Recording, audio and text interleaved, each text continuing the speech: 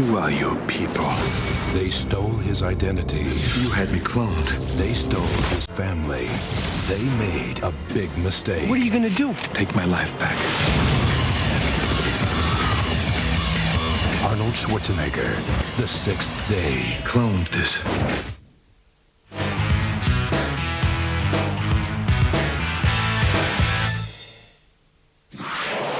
So that's 10-point lead for Tampa Bay after that third period, and with 30 seconds to go, it looked like it was going to be the same 10-point lead. However, it all changed. You just had said no scoring in this quarter. How about that, eh? Whoa. Well, if they were playing two-hand touch, Keith Lyle would have had work done fine. Exactly, yeah. He gave him one of those. Sadly, yeah. He was away. Todd Light got taken out of the play. Mike Jones missed the tackle, and Dunn just did a great job down the sidelines. There's some great stuff going on in this game. And especially, you know, and perfect as part of a game like this is the fact that that third quarter was pretty much status quo, wasn't it? There was a, you know, they seemed to take half a step back and look at each other a bit more. And you know, Falk and Dunn are both trying to carry their teams right now. And the difference really is that Sean King is actually making a little bit more happen than Kurt Warner has been, although that wasn't a pass, as Dan Fouts pointed out. You know, we talked at the first quarter about those matchups when they're blitzing linebackers and bringing linemen back into coverage. And you saw on Falk's touchdown, they lined up with eight guys on the line of scrimmage as if they were going to blitz, and then they pulled linemen back into coverage, and that wound up with Chidi Ahanatu, who actually came close to getting the ball, but was never going to run more than one stride with Marshall Faulk and stay with him. And Chidi looked like he was a bit puffed after about 2 steps. But there's just so much, you know, good football coming on. They showed that play where John Lynch filled the gap and made a tackle. And you saw the fullback come through, and his first job is to get the linebacker, and he sees Nate Webster falling, or it was Brooks, falling, and he goes at him anyway and puts him down. And Lynch sees Brooks getting by and fills the hole amazingly. Hits the gap as well. Every little bit is just really top-class football. Lots of guys very, very tuned in out there, and of course, and Warwick Dunn there, that was something out of nothing, wasn't it? Yeah, absolutely. And making things happen because he wants to win it. And the interesting stat they showed that St. Louis has not come from being more than 10 points down. So they're down by 10.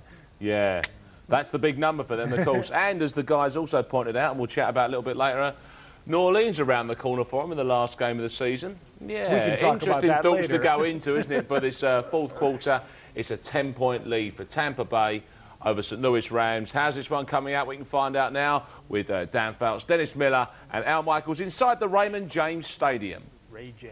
Well, can you believe that?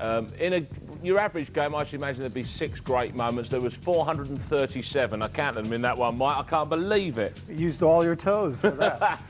And if you turns out to be exceptionally crucial for St. Louis. Well, and the NFC was looking mighty confused, and it's a lot clearer now because five of the 6 teams now have qualified for the playoffs. They're the ones in terracotta. New Orleans clinches the division with St. Louis's loss. Tampa now are in the playoffs, and they can actually win the division if they win and the Vikings lose next week. But St. Louis have their work cut out for them because the only way they can get in the playoffs is if they win next week and Detroit lose. So Detroit actually control their own destiny. And we'll have a look at next week because we did mention this a little bit earlier on. What a game to try and finish out the season. It's really interesting because obviously New Orleans plays St. Louis, so St. Louis has to win that game. New Orleans doesn't have to win it, but it's going to be a tough one for the Rams anyway. And Detroit is playing at home to Chicago. Given the odds, you'd like to be, one, wouldn't you? if you're controlling your own destiny, playing Chicago right now is pretty good. Tampa have to go to Green Bay, where, remember, it will be below 40 degrees, and Tampa have never, ever in their history won a game where the temperature was below 40 degrees at the kickoff. Minnesota have to go to Indianapolis, chasing the Giants for home field advantage throughout the playoffs. If the Giants were to lose to Jacksonville and Minnesota were to beat Indianapolis, then Minnesota would have the best record, and they'd have home field advantage throughout the playoffs, which obviously is a great advantage. Yes, indeed, and a little bit about Minnesota in a moment's time because there's some news out of the Vikings camp that we can fill you in a few moments' time. But first of all, 3.5 minutes to go. There's the Rams. I mean, box seat. I mean, how did they...